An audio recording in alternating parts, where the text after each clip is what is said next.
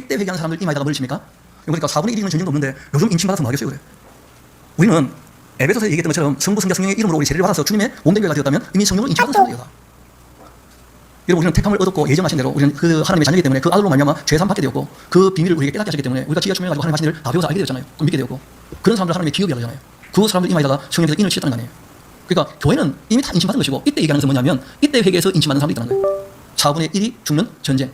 그 다음에 또 뭐가 떨어진다고요? 별들이 떨어지는 일들을 보고 많은 사람이 있다고요? 회개하는 사람이 있다고. 좀 회개해야 용서를 받게 되고 용서받아야 예수 그리스도의 십자가로 말미암은 죄사함의 은혜가 그에게 효력이 있게 되는 거예요. 그래서 회개하여 용서받고 죄사함을 얻게 되어지면 누가 그와 함께 하십니까? 성령을 선물로 주셔요.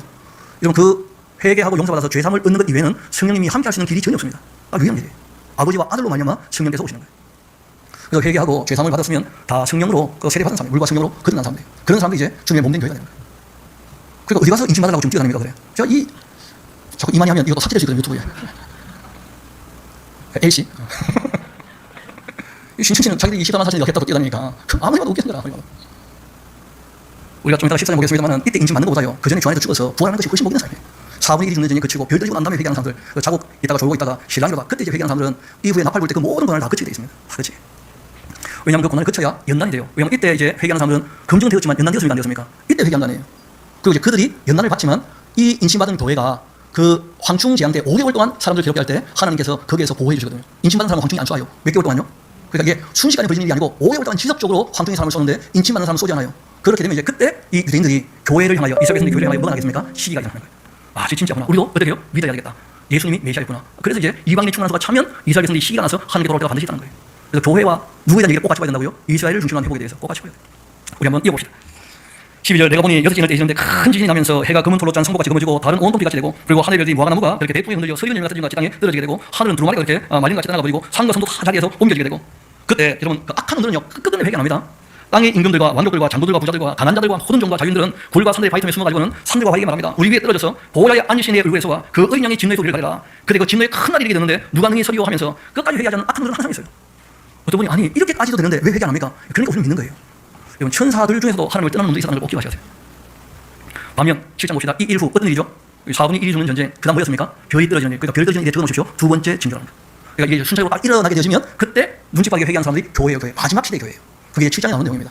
이어봅시다. 이 일 후 이 4분의 1이 죽는 전쟁과 별이 떨어지는 일이 있고 난 다음에 내가 내 천사가 이 땅 내 모퉁이에 서 있는 것을 봤는데 땅의 사방에 바람을 붙잡고 있고 바람으로 하여금 땅이나 바다이나 각종 나무에 불지 못하게 했는데 또 봤어요. 그랬더니 단천사가 이제 살아계신 하나님의 인을 알고는 해 돋는 데부터 올라와서 땅과 바다를 해롭게 알고 권세를 받는 내 천사를 향하여 큰 소리로 외칩니다. 아직 너희들이 무슨 일 하기 전에 할 일이 있다는 거예요. 이르되 우리 하나님의 종들의 이마에 인치기까지 땅이나 바다나 나무들을 해하지 말라 그렇게 했는데 내가 인침받은 자의 수를 줬는데 이건 대상이 나오죠. 이건 교회하고 상관없고요. 일단 이스라엘 백성 중에서 그러니까 이방인 교회가 아니고 이스라엘 백성 중에서 교회인 사람들이 있다는 거예요. 그 제일 처음 이제 회개하는 사람들인데 그 14만 4천이에요. 그러니까 이거는 이스라엘 백성 중에서 14만 4천입니다. 교회는 뒤에 나와요. 이방인 교회는 각 나라와 민족과 백성과 가운데서 흔한 사람이 또 나와요. 이때 이건 한국인은 그게 포함되어 있는 겁니다. 이 14만 4천에 또 들어가겠다고 막 인치 먼저 받겠다고 말도 안 되는 겁니다. 이어봅시다. 근데 거기 우리가 조금 짚고 넘어갈 게 있어요. 내가 인침받은 사람들의 숫자를 다 들어봤는데 14만 4천 명이었다는 거예요. 그러니까 이스라엘 백성 중에서는 얼마였다고요? 14만 4천 처음 회개한 사람들이. 유다 지파 중에서 인침받은 자 1만 2천, 루벤 지파 중에서 2만 2천, 갓 지파 중에서 2만 2천, 아들 지파 중에서 2만 2천, 납달리 지파 중에서 2만 2천, 문하세 지파 나오죠. 문하세 지파에다 좀 동그라미를 쳐놓으십시오. 표시 꼭 해놓으셔야 됩니다. 2만 2천, 또 시몬 지파 중에서 2만 2천, 레위 지파 중에서 2만 2천, 레위도 꼭 표시 해놓으십시오. 레위 지파 중에서 2만 2천, 또 이스라엘 지파 중에서 2만 2천, 스불론 지파 중에서 2만 2천, 요셉 보이시죠? 요셉 지파 중에서 2만 2천, 거기도 딱 표시 좀 해놓으십시오. 문하세, 레위, 요셉 딱 표시 좀 해놓으셔야 됩니다. 2만 2천이고 베냐민 지파 중에서 2만 2천, 이었다. 그러니까 이 다 하니까 얼마 있다는 거예요? 14만 4천. 그러니까 어떤 보니까 없는 지파가 있어요. 단지파가. 그래서 어떤 분이 또 단지파 사라졌다고 천한다고 애를 쓰시던데 보니까 여러분 그 요한도 실수할 수 있습니다. 얼마든지. 뭐 치명적인 실수는 전혀 아니에요. 그럼 성경에 읽다 보면 사람 이름이나 숫자나 고장나 있는 경우들이 종종 있습니다. 그래서 우리가 성경이 정왕무하다라고 할 때는 앞에 전제가 있어요. 하나님을 알고 하나님을 섬기는 신앙과 또 주님의 뜻을 따라 사는 성도의 생활에 있어서 신앙과 생활에 있어서 정왕무한 법칙이고 유의한 법칙이에요. 근데 사람들이 듣다 보면 실수하는 게 조금씩 있습니까? 없습니까? 성령께서 그 사람의 인격과 실력을 쓰다 보니까 사람의 실수가 있어요. 그래서 사람의 실수는요 얼마든지 고쳐잡을 수 있는 충분한 내용들이 있습니다. 그래서 구약에 이미 모든 내용들이 있기 때문에 그 구약을 바르게 보면 신약에 고장난 것들 다 고칠 수 있어요. 또 신약에 고장난 부분이 있으면 구약을 알고 고치면 되겠고 구약에 고장난 부분들은요 신약에 거기에 대해서 다 설명이 나와요. 여러분 바울이라는 분이 좀 이따가 보겠습니다만 고린도전서나 데살로니가 전서를 얘기할 때 본인은 죽음 보지 않고 휴거될 거라고 얘기했어요. 부활이 있고 우리는 살아있는 우리는 휴거될 거라고. 왜냐하면 바울이 그때는 세상 끝이 스페인으로 봤거든요. 본인이 로마를 거쳐 스페인에 가면 본인은 땅끝까지 복음 전파되었으니까 휴거될 거라고 처음에 생각했어요. 그러다가 이분이 이제 로마에 가서 세상이 더 넓구나. 실력이 바뀌었죠. 그렇죠. 더 많은 걸 알게 되었잖아요. 그래서 이제 에베소를 쓸 때는 오는 여러 세대 이렇게 얘기하시는 거예요. 그러니까 그 사람의 실력이 있고 인격이 있으니까 잘못 썼으면요 이후에 성령께서 고쳐잡기 얼마든지 하셔요. 그러니까 우리가 성경 전체를 봐야 되는 이유가 거기 있어요. 처음 쓸 때는 뭐가 있을 수 있다고요? 실수가 조금 있을 수 있다고. 뒤에 보면 다 교정해 주십니다. 그리고 또 여기에서 실수가 있으면 구약이라고 하는 말씀에 대하여 이미 다 정리가 되어 있기 때문에 그래서 말씀드렸죠. 진리는 뭐가 있다고요? 보편성이. 그래서 구약과 내용이 일관돼야 돼요. 그럼 이제 한번 물어봅시다. 야곱에게 12아들이 있었죠. 그때 이제 레위 지파가 포함된 12아들 아닙니까? 그렇죠? 근데 레위 지파는 하나님께서 하나님의 종으로 빼내셨죠. 그러면 이제 11지파가 되잖아요. 그걸 다시 12지파로 만들어 딱 나눠주려고 요셉에게 두 몫을 줬지 않습니까? 에브라임과 므낫세로. 그러면 요셉이 꿨던 꿈을 보면 해와 달과 11별이면 자기까지 합쳐서 몇 개 별이에요? 그러니까 야곱의 12아들이라고 얘기할 때는 요셉과 레위가 포함된다면 므낫세는 있을 수 없다는 거예요. 왜냐하면 요셉의 아들이 에브라임과 므낫세거든요. 므낫세와 에브라임. 그러니까 어차피 하나 꽂혀 잡아야 돼. 그러니까 레위와 요셉이 다 있다면 므낫세가 아니고 당연히 누구겠어요? 단지파, 단지파. 이건 뭐 요한이 적다가 조금 실수한 것뿐이에요. 아니면 누가 옮겼다가 실수를 했든지. 그 단지파가 찾아놨으니까 이제 더 이상 찾지 맙시다. 그럼 우리가 구약을 조금만 알면 쉽게 알 수 있잖아요. 요셉 지파가 있고 레위 지파가 있는데 왜 그 요셉 지파를 에브라임으로 바꿉니까? 그러면 레위가 있으면 안 되는 거 아니에요? 레위가 있으면. 레위가 있기 때문에 요셉과 레위가 있다면 므낫세는 거기 있을 수 없어요. 므낫세와 에브라임은 요셉의 아들들이거든요. 그럼 당연히 므낫세가 아니고 누구라고요? 단이라고요, 단. 그러니까 우리가 제일 처음 동그라미 쳤던 므낫세에다가 곱해놓고요. 단 이렇게 적어놓으셔야 돼요, 단. 그러니까 이런 구약 난 것은 뭐 우리가 구약을 충분히 아니까 얼마든지 이건 조금 누군가 실수했다, 옮겨졌든지 아니면 요한이 실수했든지 누가 실수한 거예요. 그건 뭐 치명적인 것도 아니고 뭐 큰 문제가 되는 것도 아닙니다. 그 다음 이어봅시다.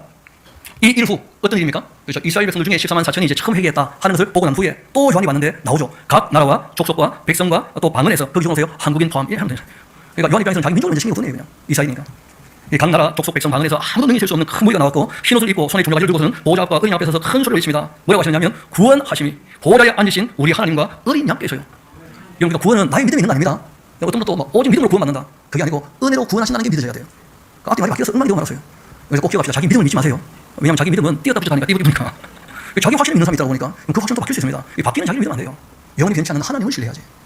하나님이 은혜로 구원하신다 하는 게 믿어져야 돼요. 그래서 구원은요 보좌에 앉으신 우리 하나님과 어린 양이 있는 겁니다. 모든 천사가 보좌와 장로들과 또 내 생명의 주위에서 있다가 보좌 앞에 엎드려서 얼굴을 내고 그 하나님께 경배합니다. 이르되 아멘. 찬송과 영광과 지혜와 감사와 존귀와 권능과 힘이 우리 하나님께 세도록 있을지어다. 아멘. 그렇게 했어요. 그 장로 중 하나가 응답을 합니다. 그리고 이제 나에게 말하죠. 이 흰옷을 입은 자들 누구며 또 어디서 왔겠냐? 그 요한이 대답합니다. 내 주여 당신이 아시지 않습니까? 그 얘기하죠. 그가 나에게 이르되 이는 큰 환란에서 이제 나오게 된 자들이에요. 큰 환란이 뭐였습니까? 4분의 1이 죽는 전쟁과 그리고 교리 떨어지는 일들. 이 일로 말미암아 회개한 사람들. 큰 환란에서 나오는 자들인데 그 나오죠. 회개의 생각 용서받고 죄의 사함 받았죠. 어린 양의 그 피에 그 옷을 씻어 희게 하였다. 우리가 보통 복음이라고 할 때는 기본적인 이 복음이 크게 네 가지가 있습니다. 회개하면 용서하신다는 게 복음이에요. 아버지 하나님께서 어떻게 하신다고요? 회개하면 용서해 주신다는 거예요. 회개의 복음이라고 해요. 두 번째는 그렇게 용서받은 사람들을 위해서 죄라고 하는 것은 짓는 순간 지나가 버리니까 우리 힘으로 죄를 살 수 없어요. 벌을 받는다고 죄가 상대되는 게 아니거든요. 이 죄에 대해서는 누가 값을 지불합니까? 하나님 쪽에서 억울함을 다 풀어주시고. 그래서 용서받은 사람들 죄값을 예수님이 지워주시기 때문에 죄의 사함을 받게 되는 거예요. 그래서 회개하고 용서받았다면 죄의 사함을 얻게 돼요. 이 죄의 사함의 복음이 바로 십자가의 복음, 죄의 사함의 복음이에요. 값을 지불했다는 거예요. 그럼 그렇게 용서받고 죄의 사함을 얻게 되었다면 그 사람들에게 성령님이 선물로 오셔서 주님의 몸된 교회에 연합되게 하셔요. 그게 바로 연합의 복음이라고 해요. 그리고 이제 이렇게 용서받고 죄 사함 받아서 주님의 몸된 교회가 된 이 사람들이 연단을 충분히 거쳐서 이제 궁극적인 어디에 이르게 되겠습니까? 하나님 나라에. 바로 이것이 바로 영생의 복음이에요. 천국 복음이고. 그래서 죄와 사망에서 그렇게 구원받는 거예요. 이걸 가장 기본적인 복음이라고 해요. 가장 기본적인 복음. 그래서 이 네 가지 복음 꼭 염두에 두시면 좋겠습니다. 회개하면 용서받게 되고 용서하신 이를 위하여 죄값을 지불하셨고 그들에게 성령님을 선물로 보내셔서 견인 이끌어주시고 마침내 주님의 영원한 나라에 이르게 하신다. 거기서 영생 문학을 누리는 것이죠. 그래서 이어봅시다. 그들이 바로 이 사람들이 어린 양의 피에 그 옷을 씻어 쉬게 하였다면서 그러므로 그들이 하나님의 보좌 앞에 있게 되고 또 그 성전에서도 밤낮 하나님을 섬기게 되고 보좌에 앉으시니까 그 위에 장막을 또 치실 것인데 그들이 다시는 주지도 않고 목마르지도 않고 해나 아무 뜨거운 기운에 상하지도 아니할 거다. 이는 보좌 가운데 계신 어린 양께서 그의 목자가 되셔서 생명수생으로 인도하시고 하나님께서 그들의 눈에서 모든 눈물을 어떻게 하실 겁니까? 씻어 주실 거예요. 그러니까 이 사람들은 이때 구원받는 게 아니고 앞으로 구원받을 사람들이에요. 이제 인을 쳐놓고 왜냐하면 나팔 다 불고 마지막 나팔이 이제 휴거가 되는 것이거든요. 그래서 이제 그 사람들이 나오고 얘기한 거예요. 그럼 한번 여쭤보시죠. 이거 조금 짚어 넘어갈게요. 여러분 이렇게 성령께서 인친 이 사람들 짐승의 표 또 받을까요 안 받을까요? 그러니까 여러분 원래 짐승의 표 666표라고 하는 것은 교회에 대한 얘기가 아니었던 거예요. 교회는 이미 확인되었잖아요. 14만 4천하고 허다 무리가. 그러니까 이 666표는 어떤 얘기냐면 천년왕국에 들어갈 사람들에 대한 이야기예요. 하나님 편에 설 것인가 아니면 바벨론의 편에 설 것인가. 그래서 이제 마지막 이 땅에 이루어지는 메시아 왕국 천년왕국에 들어갈 때에 검증하는 기준이 뭐냐면 666표에 대한 이야기예요. 666표는 언제부터 찍느냐? 좀 이따가 보면 나오는데 8번째 나팔과 7번째 나팔 사이에 있을 일입니다. 그러니까 이미 인침받은 사람들은 다 확인된 사람들인데 이들이 또 표 받지 말라고 누가 하겠어요? 그래요. 그러니까 이 요한계시록을 읽을 때 교회와 이스라엘을 중심으로 회복되어지는 천년왕국에 대한 이해가 없으니까 666표 받지 말라는 거야. 아니 성령 인침받으면 끝난 건데 뭘. 그러니까 이게 정리가 안 되는 거예요. 대상이 누군지를 몰라서 그래요. 언제 어디서 누구에게가 명확해요. 누구에게가. 좀 우리가 보면 명확히 나옵니다. 구분되었어요. 교회는 이제 정리가 되었죠. 그래서 마지막 시대에 다 잠자고 있던 내가 마지막 시대 때 믿음을 보겠느냐 했던 그때 이제 이 두 개의 징조가 있을 때 회개했던 사람들은 주님의 몸된 교회라는 거예요. 마지막 시대의 교회. 그래서 이들이 이제 인침받게 되어져요. 그러나 이때 인침받은 사람들은 아직 멀어지지 않았다고요? 연단을. 그래서 이제 나팔 부는 그 기간 동안 연단을 받게 되는데 7번째 인이 7번째 나팔의 내용이에요. 그러니까 이런 것은 반복되는 게 아닙니다. 순차적으로 이루어지는 거예요. 어떻게 이루어진다고요? 순차적으로. 이어봅시다. 8장입니다. 7개 인을 떼자 이제 하늘에서 반시 쭉 했는데 부분 현장처럼 요한이 보는 중에 하나님 앞에서 7 천사가 서 있고 7개 나팔을 이제 받게 됩니다. 그리고 또 다른 천사가 와서 제단 곁에 서서는 금향을 가지고 많은 향을 받았는데 여전히 그 모든 향은 성도의 기도와 합하여서 보좌 금제단에서 드리고자 하며 하나님께 향이 올라가고 있어요. 그 기도가 향연이 성도 기도와 함께 천사의 손으로부터 이제 하나님 앞으로 올라가는데 그 천사가 향을 가지고 제단의 불을 담아다가 땅에 쏟자 우레와 음성과 번개와 지진이 이제 나게 되었는데 그때 이제 7 나팔을 가졌던 7 천사가 나팔 불기를 준비하고 있다가 드디어 이제 나팔을 봅니다. 첫째 천사가 나팔을 불자 피가 섞인 우박과 불이 나오면서 땅에 떨어지는데 땅에 얼마가요? 그러니까 수치가 명확히 나와요. 땅의 3분의 1이 타버리고 수목도 3분의 1이 타버리고 각종 푸른빛도 타버려요. 둘째 천사가 나팔을 보니까 불 붙는 큰 산과 같은 것이 바다에 던져지면서 바다의 3분의 1이 피가 돼요. 또 바다 가운데 생명을 가졌던 피조물 3분의 1은 죽고 바다 배들과 3분의 1도 깨집니다. 셋째 천사가 나팔을 불자 횃불같이 타는 큰 별이 하늘에 떨어지면서 강들의 3분의 1과 또 여러 물샘에 떨어지게 됩니다. 이 별 이름을 보니까 쓴쑥이었다는 거예요. 그럼 예전에 그 소련에 체르노빌 원자력 발전소가 터진 적이 있었어요. 그래서 뭐 유럽에 큰 어려움이 한번 있었는데 근데 그 체르노빌이란 말이 쑥이라는 뜻이라는 거예요. 그러니까 그분이요 체르노빌 터지니까 봐라 쓴쑥이다 이게 계시록에 있는 얘기다. 여러분 헬라하고 러시아하고 아무 상관없습니다. 게다가 쓴쑥이 떨어지는 것은 4분의 1이 있는 전쟁이 있고 그리고 별이 떨어지는 일이 있고 그리고 땅에 3분의 1이 깨어지고 그리고 바다에 3분의 1이 깨어지고 난 다음에 전 지구에 있는 물 3분의 1이 깨어지는 것이니까 무슨 큰 사고만 있으면 자꾸 요한계시록의 이 사건하고 연결시켜서 얘기하는 거 전부 미혹하는 것이니까 조심하시라고. 여러분 다시 말씀드립니다. 요한계시록의 이 사건은 순차적으로 이루어지는 거예요. 순차적으로. 그러니까 어떤 사건만 터지면 막 종말의 사인이 시작했다면서 뭐 중동의 전쟁만 일어나면 고가 마구 전쟁하면서 뭐 떠들고 뭐. 전혀 그런 거 아닙니다. 다시 말씀드립니다. 어떻게 이루어진다고요? 순차적으로. 그러니까 내용을 알고 있으면 누구나 확인할 수 있게 시작되는 거예요. 이야기가. 그래서 4분의 1이 죽는 전쟁이 첫 번째 징조고 그 다음 별이 떨어지는 게 두 번째 징조고 그리고 땅, 바다, 강, 하늘의 3분의 1이 깨어지는 것이 세 번째 큰 징조가 되는 거예요. 그러니까 이 나팔을 볼 때 일어나는 징조는 교회 다음에 전용왕국에 들어갈 사람들의 회개에 대한 이야기예요. 교회는 이미 여섯 번째 인도에서 확인되었잖아요. 이미 납치되었잖아요. 벌써. 이어봅시다. 그렇게 셋째 천사 나팔을 보니 횃불같이 타는 큰 별이 하늘에 떨어졌고 강들의 3분의 1, 또 여러 물심에 떨어졌는데 그 별 이름은 순수기입니다. 물의 그 3분의 1이 순수기 되면서 그 물이 순수기 힘으로써 많은 사람이 또 죽게 되었죠. 넷째 천사 나팔을 불자 해 3분의 1, 달 3분의 1, 별 3분의 1이 타격을 받아가지고 그 3분의 1이 어두워집니다. 낮 3분의 1은 비침도 없고 밤도 그랬어요. 그리고 또 요한이 봤어요. 아직 나팔 3개가 남았는데 공중에 독수리 한 마리가 날아가고 있다는 거예요. 이 독수리 한 마리가 날아가면서 뭐라고 하느냐면 큰 소리를 이르되 땅에 사는 자들에게 제가 아니고 독수리가 그렇게 한마디 하더라는 거예요. 독수리가 환상 나오니까 뭐 독수리가 말을 하는 거죠 뭐. 이는 지금 세 천사가 불어야 될 나팔이 남아있기 때문이다 하고 얘기합니다. 드디어 다섯째 천사가 나팔을 불었어요. 굉장히 중요한 또 징조가 되는 것인데 요한이 봤는데 하늘에서 땅으로 내려왔던 별이 있어요. 이 별은 하늘을 보면 별이 아니고 천사라는 것을 눈알 수 있어요. 우리가 성경에 보면 별이라고 할 때 뒤에 따라 나오는 내용을 보면 별을 얘기하는 것인지 아니면 뛰어난 인물을 얘기하는 것인지 아니면 천사를 이끄는 것인지 아니면 타락한 천사를 이끄는 것인지 얼마든지 알 수 있어요. 그러니까 별 가지고 해석하면 안 되고 별 따라 나오는 뭐가 있다고요? 내용들이 있다고. 내용들이. 그러니까 이때 이 별은 떨어진 게 아니고 내려왔어요. 지금 하나님 말씀에 순종해서 무지개를 여는 천사예요. 떨어졌다 그러면 안 됩니다. 타락 천사는 그건 악령들이고 이 천사는 하나님의 심부름을 하는 별이에요. 별나라가 땅에 이제 내려와가지고 그 무적인의 열쇠를 받게 됩니다. 원래 타동산이고 자동차인데 그 이상하게 번역이 됐어요. 그가 무적인을 열었더니 막 그 구멍에서 큰 화덕 연기 같은 연기가 올라오면서 해와 공기가 그 구멍 연기로 많이 어두워지고 또 황충은 메뚜기를 얘기하는 것인데 좀 이따 설명을 보면 메뚜기 같이 보였는데 메뚜기가 좀 달라요. 왜냐하면 정갈에 복침이 있는 그런 이제 곤충이었어요. 그 전체 모습은 메뚜기처럼 생겼어요. 그런데 잘 봅시다. 그 황충이 영이 나온 데부터 땅 위에 이제 나오게 되는데 그들이 땅에 있는 정갈의 권세 같은 권세가 있었고 그들에게 말합니다. 황충들에게 땅에 풀이나 푸른 것 각종 수목은 해야지 말고 조심하세요. 오직 이마에 하나님의 인침을 받지 아니한 사람들만 어떡하라고요? 그러니까 뭐가 구별된 거죠? 인침받은 사람과 그렇지 않은 사람이 구별되는데 얼마 동안이나 이 일이 벌어집니까? 5개월 동안이나. 그러니까 여러분 이미 인침받은 교회는 이때 다 확인되는 거예요. 내가 인침받은지 인침하지 않았는지 다 확인이 됩니다. 5개월 동안 인침받은 주님의 몸된 교회는 회개하고 이제 죄사함 받았기 때문에 성령께서 함께 하셔서 보호하시는데 그걸 이제 이 유대인들이 보면서 이스라엘 백성들이 보면서 뭐가 일어나는 거예요? 시기가 일어나는 거예요. 와 이럴 수 있나? 성경이 얘기했던 게 진짜 모양이네. 왜냐하면 하나님께서 하신 말씀이 있었거든요. 너희가 이스라엘 백성들이 하신 말씀이었죠. 우상을 가지고 나를 시기나게 하니까 내가 너희 말고 이방인을 먼저 불러서 너희를 시기나게 해서 나에게 돌아오게 하겠다. 그렇게 하신 게 있었어요. 그래서 이런 일을 통해서 회개의 기회를 얻게 되는 거예요. 무려 얼마 동안요? 5개월 동안. 그리고 꼭 기억합시다. 이 모든 인을 떼거나 나팔 부는 것은 징렬을 목적으로 하는 게 아니고요. 회개를 목적으로 하는 거예요. 목적이 어디냐가 중요해요. 무엇 때문에 일이 벌어지고 있다고요? 회개하기를 원하시기 때문에. 이거 봅시다. 그래서 4절 그에게 이르시되 땅에 풀이나 푸른 것이나 각종 수목을 하지 말고 오직 이마에 하나님의 인침을 받지 아니하는 사람들만 해라 그렇게 하셔서 그러나 그를 죽이지는 못하게. 왜 죽이지 못하게 하시죠? 회개하라고. 다들 동안 괴롭게만 하셔요. 왜 괴롭게 하시느냐? 회개하라고. 인침받은 사람은 괴롭게 나가지 않잖아요. 그 괴롭게 하면 전날이 사람을 쏠게 괴롭게 하는 것 같고 그날 사람들이 죽기를 구해도 죽지도 못해요. 죽고 싶지만 죽은 이들을 피해요. 왜냐하면 하나님께서 회개하기를 원하시기 때문에. 회개하기를. 그 황충의 모양에 대해서 이제 이분이 묘사를 합니다. 마치 전쟁을 위해 준비한 말리 같기도 하고 그 머리 금 같은 관이 산것도 서 있고 그 얼굴은 사람의 얼굴 같기도 있고 그 여자의 머리털 같은 머리털도 있고 그 이빨은 사자의 이빨 같기도 있고 마치 요엘서의 메뚜기 부대를 묘사하는 것처럼 그렇게 말씀하시죠. 그 철 호식이 같은 호식경도 있고 그 날개 대고 소리는 병거와 많은 말들이 전쟁터로 달려가는 그 소리 같았는데 그 또 정갈 같은 꼬리와 손을 살이 있어서 그 꼬리에 5살 동안 사람들이 하는 권세가 있었어요. 그리고 그들에게 왕이 있었는데 무중에 사자고 히브리어로는 그 이름이 아바돈 헬라어로는 그 이름이 아블론입니다. 그 뜻이 뭐냐면 파괴자라는 그런 뜻이에요. 그리고 이제 여섯 천사가 또 나팔을 불었다는 거예요. 앞을 한번 봅시다. 이렇게 이제 다섯째 천사가 나팔을 불었을 때 황충으로 5개월 동안 괴롭힘을 받을 때 독수리가 얘기했던 첫 번째 가족이죠. 이게 이제 지나갔어요. 여러분 그리고 우리가 조금 되돌려서 전 인류의 4분의 1이 죽는 전쟁이 있었다고 한다면 이 전쟁이 있기 전에는 바벨론 나라 같은 초강대국의 질서 아래 세상이 있다는 거예요? 아니면 그런 나라가 없다는 거예요? 아니 마지막 바벨론 같은 큰 나라의 질서 안에 있었다면 전 인류의 4분의 1이 죽는 전쟁 같은 거 없죠. 무슨 말이냐면 4분의 1이 죽는 전쟁이 있고 난 다음에 이 모든 걸 수습해서 일어나는 나라가 마지막 바벨론이에요. 무슨 말인지 이해가 되시죠? 그러니까 마지막 바벨론 같은 나라가 있으면 자기들끼리 전쟁을 왜 하겠어요 그래. 그렇게 된 게 아니고 4분의 1이 죽는 전쟁이 벌어지고 난 다음에 마지막 바벨론 바다에서 올라오는 적그리스도가 나타나요. 그런데 이제 별이 떨어지잖아요. 그렇죠? 그래서 이놈이 이제 죽게 된 것처럼 보였다가 다시 회복을 하면서 다시 정상으로 회복을 합니다. 그러면 사람들이 더욱더 따르겠죠.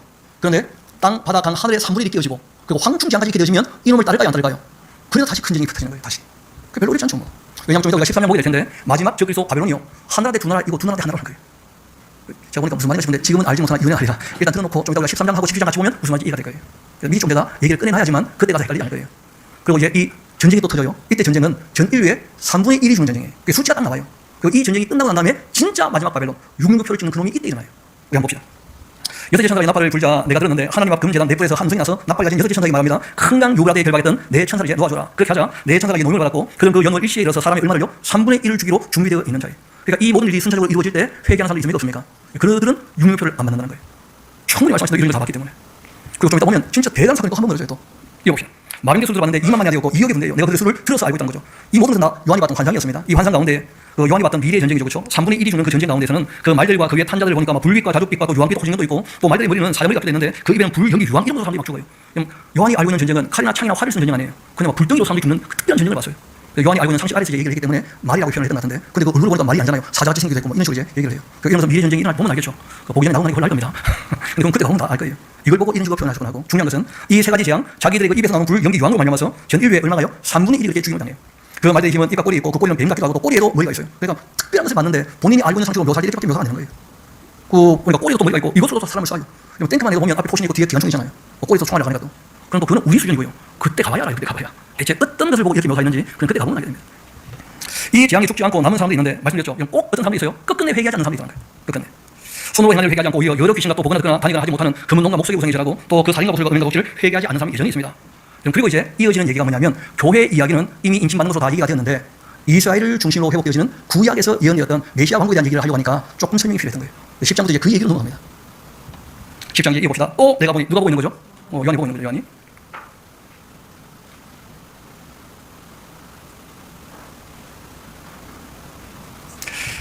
힘센 다른 천사가 구름을 입고 이제 하늘에서 내려오고 있는데 그 머리에는 무지개도 있었고 그 얼굴은 해같이 해같기도 하고 그거는 불기도 같기도 했는데 그 손에 보니까 펴 놓였던 작은 두루마리를 들고 있어요. 그러니까 인을 뗀 거 말고 이미 펴 놓인 작은 두루마리가 있어요. 그러니까 이미 구약에 다 얘기했던 내용들을 이제 말씀하시는 것인데 이게 이루어지게 됩니다. 이스라엘을 중심으로 한 그 회복에 대한 이야기. 그 작은 두루마리를 들고 있고 그 오른발은 바다를 밟고 있고 왼발은 땅을 밟고 있어요. 여러분 바다와 땅을 동시에 밟으려면 어디 있으면 됩니까? 해운대. 등치가 큰 천사예요. 바다와 땅을 동시에 밟고 이제 하늘 향해서 큰 소리를 외칩니다.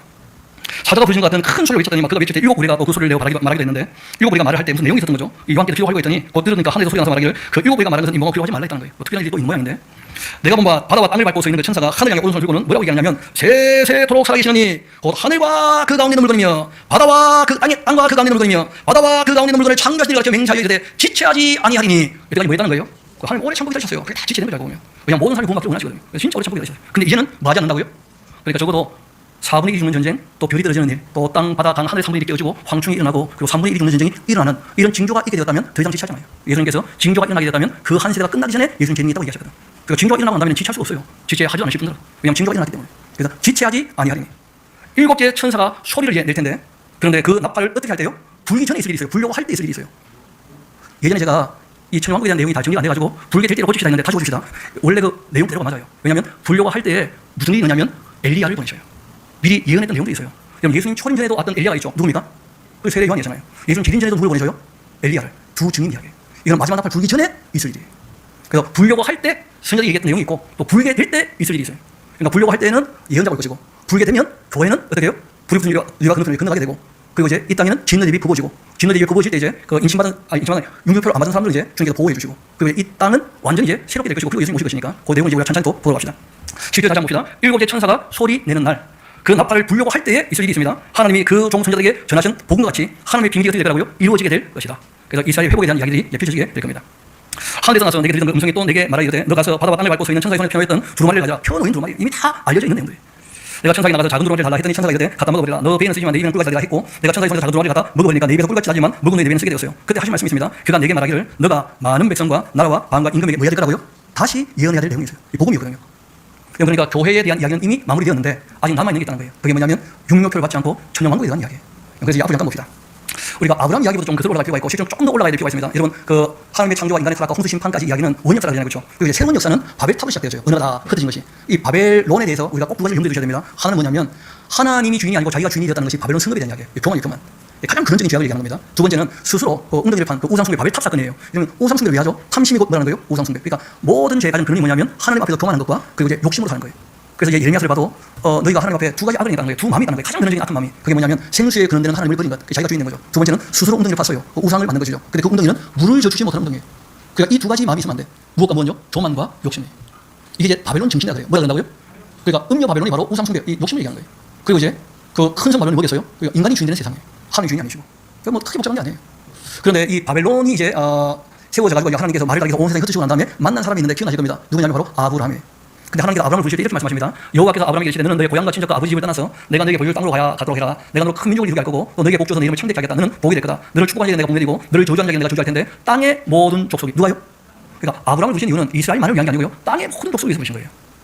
너로 말미암아 복받게 될 거다. 그리고 이제 창세기 18장 하게 되면 하나님께서 이제 말씀하시죠. 내가 하는 건 아브라함에게 승리겠냐. 아브라함은 강대한 나라가 될 것이고 누가요? 천하 만민은 그로 말미암아 복받게 될 거라는 거예요. 내가 그러고 자식과 건석에 명하여서 여호와의 도를 지켜 의와 공로를 향하여 그를 택하였다 하신 것이었고 그리고 이제 창세기 22장에 이삭을 바칠 때 이야기를 그렇죠. 여호와의 사자가 하늘로부터 두 번째 아브라함을 불러 말씀하십니다. 여호와께서 이르시기를 내가 너를 가리켜 맹세하는데 너가 이같이 행하여 너의 아들 너의 독자도 아끼지 않았으니까 내가 너에게 큰 복을 주고 너의 씨가 크게 번성해서 그러니까 아브라함에 대한 약속이 두 가지였던 걸 꼭 기억하셔야 돼요. 이 은혜의 언약의 내용인데 첫 번째는 뭐냐면 아브라함의 그 후손이 번성하게 되어서 하늘의 별처럼 바닷가의 모래처럼 되어서 너의 씨가 대적의 승문을 차지하게 되어지는 이 바꿔 말하면 제사장 나라에 대한 언약이었어요. 그러니까 이스라엘 백성들이 뿌려나가지고 뭐 할 거라는 거예요? 제사장 나라의 역할을 감당하게 될 것이다 하셨는데 한번 물어봅시다. 출애굽 다음에 되었습니까 안 되었습니까? 안 되어서 580년에 바벨론에 무너지면 끝났잖아요. 그 다음에 바벨론에서 와서 두 번째 성전을 세워놓고 또 되었습니까 안 되었습니까? 안 되었기 때문에 AD 70년에 두 번째 성전이 무너졌거든요. 그런데 하나님께서 이 약속은 편무적 언약이라고 해요. 뭐라 그런다고요? 그러니까 이스라엘로 말미암아서 천하 만민에게 복 주시는 일은 언제 일어나게 될 것일까요? 그게 바로 천년왕국이라는 거예요. 이스라엘을 중심으로 회복되어지는 예수님 재림 이후에 이스라엘을 통하여 온 세상을 통치하시는 그때는 교회에 대한 얘기가 아니었던 거예요. 그리고 또 한 가지 약속하신 게 있어요. 그게 뭐냐면 유일한 어떤 한 씨가 있다는 거예요. 인간을 죄와 사망에서 던지시기 위한 메시아에 대한 약속이었어요. 그러니까 여러분 이 아브라함이 하셨던 은혜의 언약은 두 가지였던 것을 꼭 기억하셔야 됩니다. 하나는 뭐냐면 그 자손들로 말미암아서 세상 만민을 부으시고자 했던 제사장 나라에 대한 언약이 있었고 또 한 가지는 메시아를 보내셔가지고 죄와 사망에서 인류를 건지시고자 했던 하나님의 계획이 있었다는 거예요. 그래서 예수님 초림 때 일이 이제 죄와 사망의 문제를 부활하시면서 이루어졌고 그리고 이제 재림하실 때 완성하실 것이고 그리고 이제 천년왕국은 재림 이후에 있게 될 거예요. 그것이 바로 이스라엘을 중심으로 천하 만민을 부르시는 제사장 나라의 역할을 감당케 하시는 천년왕국에 대한 이야기. 그게 구약에 끊임없이 나오는 이스라엘 회복에 대한 약속이기도 한 거예요.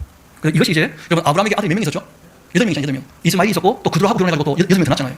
그러니까 그 아들 중에서 언약, 그러니까 이 아브라함의 언약을 이어받은 언약의 자손이 있어요. 누굽니까? 그렇죠. 이삭이라는 거예요. 그러니까 이삭이 똑같은 말씀을 하시는 거예요. 아브라함에게 청년 들었는데 그 땅이 또 중년이 들었고 이삭이 그라로 가서 블레셋 왕 아비멜렉에게 이르게 되었고 여호와께서 이삭에게 나타나 이르시되 애굽으로 내가지 말고 내가 너에게 지시한 땅으로 땅에 거주하도록 해라. 이 땅이 거주하면 내가 너와 함께 너에게 복 주고 내가 또 이 모든 땅도 내 자손에게 주겠다. 내가 너희 아버지 아브라함의 맹세한 것을 이룰 것이고 너의 자손을 하늘의 별같이 번성케 하며 또 이 모든 땅을 너희 자손에게 줄 테니까 너의 자손으로 말미암아서 누구에게요? 천하 만민에게 복 받는다. 그러니까 이스라엘 나라 역사가 우리와 관계가 있는 이유가 있어요. 이스라엘 나라 역사를 통해서 천하 만민에게 하나님이 자신을 계시하기로 하셨던 거예요. 그러니까 우리가 성경을 보면 이스라엘 나라 역사가 많잖아요. 그 이스라엘 나라 역사는 왜 우리에게 중요하냐면 우리 한번 따라합시다. 언약의 역사, 계시의 역사. 그러니까 천하 만민에게 이스라엘 나라의 역사를 통해서 하나님이 자신을 계시해 주신 거예요. 누구한테요? 천하 만민에게. 이스라엘 나라 역사를 통해서. 그러니까 우리나라 역사는 하나님이 계시될 수 없습니다. 검색으로 시작하니까. 안 되는 거예요. 그러니까 이 이스라엘 역사만이 가장 정직한 역사였어요. 원 역사와 함께 아브라함, 이삭, 야곱으로 이어진 이 역사가 온 인류를 위한 하나님의 계획이 이루어지는 역사거든요. 그래서 이들의 이 역사를 우리가 언약의 역사라고 계시의 역사라고 해요. 그리고 이제 이 이삭에게 아들이 둘이 있었죠. 에서와 야곱. 그중에 이 언약이 누구를 이어질까요? 그렇죠. 야곱에게 이어지죠. 그래서 하나님께서 이 창세기 28장에 야곱이 이제 도망갈 때 여러분 야곱이 형을 두 번이나 쓰고 도망가는 거 아니에요. 그런데 왜 야곱은 사랑하시죠? 이유가 있습니다. 에서는 이미 불신자야. 야곱은 욕심은 많지만 하나님을 믿고는 있어요. 둘밖에 없으니까 야곱을 통해서 이 약속이 이어질 수밖에 없는 거예요. 바꿔 말하면 야곱에게 천하 만민이 걸렸기 때문에 사랑하신 거예요. 그러니까 성경이 개인적인 어떤 사람들의 흥망성쇠를 얘기하고자 하는 게 아니에요. 하나님이 무슨 뭐 아브라함이 가나안 땅을 주려고 불렀습니까? 하나님이 땅 투기 하십니까? 전혀 그런 게 아니잖아요. 천하 만민에게 복 주시려고 그러신 거예요. 근데 우리는 자꾸 이 아브라함하고 자기를 동일시하면서 나도 아브라함처럼 복 받아야지. 그럼 아브라함처럼 복의 근원이 돼야지. 우리하고는 아브라함처럼 맺었던 언약이 없습니다. 그렇잖아요. 그러니까 누구에게 하신 말씀인가를 전혀 상관 안 하고 자꾸 자기를 아브라함과 동일시하고 이삭과 동일시하고 야곱과 동일시하고 다윗과 동일시하고 그런 식으로 성경을 보면 안 돼요. 이기적으로 보면 왜곡이 다 일어납니다. 그러니까 하나님 하신 일을 다르게 하시라는 거예요. 하나님 하신 일을. 그래서 이 아브라함, 이삭, 야곱을 통해서 약속했던 큰 두 가지 은혜의 언약을 꼭 기억합시다. 하나는 뭐냐면 메시아 언약이었고 또 하나는 그 후손들을 뿌려나게 해서 제사장 나라의 역할을 맡기려고 하셨던 것이었는데 출애굽 때 안 되고 말았고 출바벨론 이후에도 안 되고 말았고 지금까지도 돼요 안 돼요. 그래서 이제 이방인들을 먼저 부르신 거예요. 교회를. 그리고 다시 이스라엘 부를 때가 와야 하나요. 그게 천년왕국이라는 거예요. 그러니까 여태까지 이스라엘 회복에 대하여 관심을 안 가졌던 거라. 그러니까 교회를 자꾸 천년왕국이라 그러니까 성경 정리가 안 돼요. 정리가. 그리고 이제 이스라엘만 부르시는 게 아닙니다. 이스라엘을 통하여 누구에게 복 주시려고요? 천하 만민에게. 그래서 이스라엘을 중심으로 한 천하 만민의 회복이에요. 자, 그럼 이제 평무적 언약 말씀드렸으니까 한번 봅시다.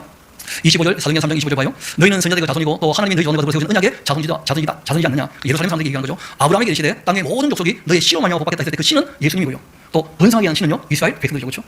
그래서 두 언약이 있었다. 은혜의 언약은 두 가지 내용이었다. 꼭 기억하시면 좋겠습니다. 그리고 이 제사장 나라 역할에 대한 얘기였고 갈라디아서 3장을 보면 이 약속은 아브라함과 그 자손에게 말씀하신 건데 여러 가지 자손들이 하지 않고 오직 한 사람을 가르쳐 내 자손이 했던 그 자손이 있다는 거예요. 누구시죠? 바로 그리스도 예수죠. 그러니까 번성해서 하게 되는 그 제사장 나라가 있고 독생자를 보내서 하시는 일이 있고 그 나눠져 있어요. 그리고 이제 이 로마서 9장을 보면 9장, 10장, 11장이 다 이스라엘 백성에 대한 이야기였거든요. 그러나 하나님 말씀이 참 폐지문 같지 않다는 거예요. 바울이 보니까 구약을 다 아시는 분이잖아요. 이스라엘에게서 난 그들이 다 이삭이 아니었고 아브라함의 씨가 그 자녀가 아니었던 거다. 오직 이삭으로부터 난 자라야 너의 씨가 그리라 그렇게 했는데 본 육신의 자녀가 하나님의 자녀가 아니고 오직 약속의 자녀가 씨로 여김을 받게 되는 것이다. 그러니까 이건 교회의 이야기 아니고 이스라엘에 대한 이야기예요. 약속의 말씀이 이것이니까 명예니 때 내가 이르리니 사라에게 아들이 있으라 그렇게 하십니다. 그뿐 아니라 또한 리브가가 우리 조상 이삭 한 사람으로 말미암아 임신하게 했는데 그 자식들이 아직 나지도 않았는데 무슨 선의 악을 행하지도 아니한 때 택하신 자가 되는 하나님의 뜻이 행위로 말미암지 않고 오직 부르신 이로 말미암아 서게 하려고 한 것이다. 리브가에게 이르되 큰 작은 생기라 했는데 기록된 바 내가 야곱은 사랑했고 에서는 미워했다. 그 하신 것 같지 않는가. 그래서 이제 그 말씀드렸던 대로 일곱 번째 나팔에 이제 하나님의 비밀이 있다는데 마지막 나팔이 불리기 전 이제 힘든 천사가 세례문을 보였고 일곱 우리가 말했지만 내용이 말하지 말라고 했고 그리고 이제 마지막 나팔에 선자들이 전했던 복음과 비밀이 있다는 거예요. 그래서 말씀드린 것처럼 그 첫 번째는 뭐라고요? 엘리야에 대한 이야기예요. 그러니까 말라기 4장에 나옵니다. 그 내용이. 그리고 두 번째는 이제 교회의 구원에 대한 내용이에요. 그건 이제 고린도전서 15장에 나옵니다. 그리고 이제 이스라엘 회복에 대한 내용은 구약의 예언자들의 말에 수없이 나와요. 한번 봅시다. 이런 세례문들이 했다는 것인데 좀 말라기 3장 한번 봅시다. 만군의 여호와가 이르노라 보라 내가 내 사자를 보낼 것이다. 그가 내 앞에서 길을 준비할 거고 또 너희가 구하는 바 주가 갑자기 그 성전에 임하게 될 텐데 곧 너희가 사모하는 바 언약의 사자가 임하실 것이다 하고 얘기했어요. 그래서 예수님께서 엘리야에 대해서 얘기를 하실 때 너희가 받기를 원한다고 한다면 세례 요한이 바로 주의 길을 준비했던 사람이라는 거예요. 그래서 누가 보면 혹시 오해할까 봐 여러분 세례 요한이 엘리야의 환생일 수는 없잖아요. 그렇잖아요. 다른 내용이 확실하잖아요. 그래서 이 세례 요한을 얘기할 때 엘리야의 심정을 가지고 와서 일하는 사람이라는 거예요. 주의 길을 준비한 사람. 진짜 엘리야고죠 뭐. 그럼 이제 말라기 4장에 나와요. 보라 하나님의 크고 이 두려운 날이 이르기 전 내가 선지자 엘리야를 너에게 보내겠다. 그가 아버지의 마음을 자녀에게로 돌릴 거고 그리고 자녀들의 마음을 그의 아버지로 돌리게 할 거다. 돌이키지 아니하면 될 건데 내가 봐서 저주로 그 땅을 어떻게 칠다 하노라. 그래서 실제로 이제 예루살렘에 두 증인이 오게 되는데 마치 모세와 엘리야처럼 일어요. 좀 이따 우리가 읽게 된 겁니다. 또 누가복음을 봅시다. 그 1장에 보면 천사가 너에게 말하죠. 사가라여 무서워하지 마라. 너의 강감이 들린지라 너의 아내 엘리사벳이 너에게 아들을 낳을 텐데 그 이름은 요한이라. 세례자 요한이죠. 너는 기뻐하고 즐거워할 것이고 많은 사람들과 태어남을 기뻐할 텐데 이는 그가 주 앞에 큰 자가 되며 또 포도주나 독반술을 마시지 아니하고 무엇으로부터 성령 충만함을 받아가지고 이스라엘 자손을 주고 그들과 하나님께로 항의로 오게 하겠습니다. 또한 그가 엘리야의 무엇으로요? 심령과 능력으로 주 앞에 먼저 와서 누구에 대한 얘기죠? 세례 요한. 그러니까 엘리야의 심령을 가지고 본다는 거예요. 환심일 수 없죠. 그런데 엘리야를 보낸다고 했을 때는 바로 이 요한계시록의 이제 두 선지자 얘기예요. 이거 봅시다. 마태복음 그 11장에도 내가 내 사자를 내 앞에 보내노니 그가 너의 길을 내 앞에 준비하라 하셨던 것이 바로 이 사람 세례 요한에 대한 이야기다 하면서 말라기 3장에 대한 이야기를 말씀하신 것이죠. 그래서 이어 말씀하십니다. 만일 너희가 즐겨 받는다고 한다면 바로 우리가 했던 엘리야가 바로 이 세례 요한이다. 예수님의 초림을 어떻게 하신 분이에요? 준비하신 분이에요. 그런데 마태복음 12장 보면 엘리야에 대해서 특별한 얘기를 다시 하십니다. 여세우 예수께서 이제 베드로와 야고보 그 형제 요한을 내리시고 변화산에서 이제 변화된 다음에 이야기죠. 올라가셨는데 그들 앞에서 비명되시고 그 얼굴에 해가 빛나고 옷이 비가 찢어졌는데 그때 이제 모세 엘리야가 예수님과 더불어서 말하는 것이 그에게 보이게 됩니다. 베드로가 예수께 여짜오죠. 이르되 주여 우리가 여기 있는 것이 없습니다. 만일 주께서 원하시면 내가 여기서 초막 세워질 때 하나는 주님 위해서 하나는 모세를 위해서 하나는 엘리야를 위하여 하겠습니다. 그렇게 말하고 있는 중에 홀연히 빛난 구름이 그를 덮고 구름 속에서 소리가 나서 이르되 이는 내 사랑하는 아들이다. 내 기뻐하는 자다. 너희는 그의 말을 들으라. 그렇게 말씀하시고 그리고 이제 내려오고 난 다음에 물어본 거예요. 변화산에서 뭘 봤죠? 모세와 엘리야를. 그래서 이제 예수님께 물어봅니다. 제가 물어보게 그러면 어찌하여 서기관들이 엘리야가 먼저 와야 하리라 그렇게 합니까? 하고 말라기 있는 내용을 가지고 물어보니까 예수께서 대답하시는데 첫 번째 엘리야가 과연 먼저 와서 모든 일을 회복할 일은 남아있다는 거예요. 이때 이미 세례 요한 죽고 난 다음이잖아요. 그리고 또 말씀하신 것이 내가 너에게 말한다. 엘리야가 이미 오기도 했다는 거예요. 그러니까 예수님 초림을 준비하는 엘리야는 누구라고요? 엘리야의 심령을 가지고 왔던 세례자 요한이고 승천했던 엘리야가 직접 다시 온다는 거예요. 그게 바로 두 증인 이야기예요. 똑같이 이 마가복음에도 이르시되 엘리야가 과연 먼저 와서 모든 것을 어떻게 하겠다고요? 회복을 할 거라는 거예요. 그리고 이미 온 엘리야도 있다는 거예요. 그러니까 예수님 말씀은 세례자 요한이 초림을 준비했고 그리고 이제 진짜 엘리야가 예수님의 뭘 준비할 겁니까? 재림을 준비하게 될 거예요. 어디에서요? 예루살렘에서. 그래서 이 세례자 요한은 본인은 뭐 엘리야가 아니라면서 그 솔직히 얘기하죠. 주의 길을 곱게 알고 왕래서 외친 자의 소유일 뿐이다. 그렇게 말씀하신 거예요. 그래서 그 나팔이 울려 불기 전에 하셨던 말씀이 있다는 거예요. 우리 한번 말라기 4장 한번 보고 봅시다. 말라기 4장입니다. 3장 우리가 봤으니까 1절부터 한번 봅시다. 만군의 여호와가 이르노라 보라 용왕 불 같은 날이 이르게 될 텐데 교만한 자 아들이 하는 자 다 기br하게 할 거다. 그 이런 날 그들의 걸 살라 그 뿌리가 가지를 남기지 아니할 것이오되 내 이름을 경외하는 너희에게는 공룡 내가 또 올라 지랑강을 줄 거다. 너희가 나가서 외양간에 나온 동아리가 집이 될 거다. 또 너희가 악인을 밟을 건데 그들이 내 정한 날 너희 발바닥 밑에 제거가 될 거다. 만군의 여호와의 말이다. 너희는 내가 호렙에서 온 이스라엘을 위하여 내 종 모세에게 명령했던 것 율례 옷들을 기억하도록 해라. 보라 여호와의 크고 두려운 날이 이르게 될 텐데 그 전에 내가 선지자 엘리야를 어떻게 해요? 이때 너희는 교회입니까? 이스라엘 백성들입니까? 그렇죠. 내가 엘리야를 보내겠다는 거예요. 너희에게. 그가 아버지의 마음을 자녀에게로 돌이키게 하고 자녀의 마음을 그 아버지에게로 돌이키게 할 텐데 이때가 마지막 기회죠. 돌이키지 아니하면 될 건데 내가 봐서 저주로 그 땅을 어떻게 할 거라고요? 칠다 하노라 하셨다는 거예요. 그리고 이제 마지막 납할 때 있을 일이 있죠. 그게 뭐냐면 교회 하신 말씀인데 고린도전서 15장에 있는 말씀이죠. 우리 이거는 뭐 가서 성경을 한번 봅시다. 우리 고린도전서 15장 같이 가봐요. 우리 한 두 군데만 좀 보고 봅시다. 고린도전서 15장 51절 52절 같이 한번 보겠습니다.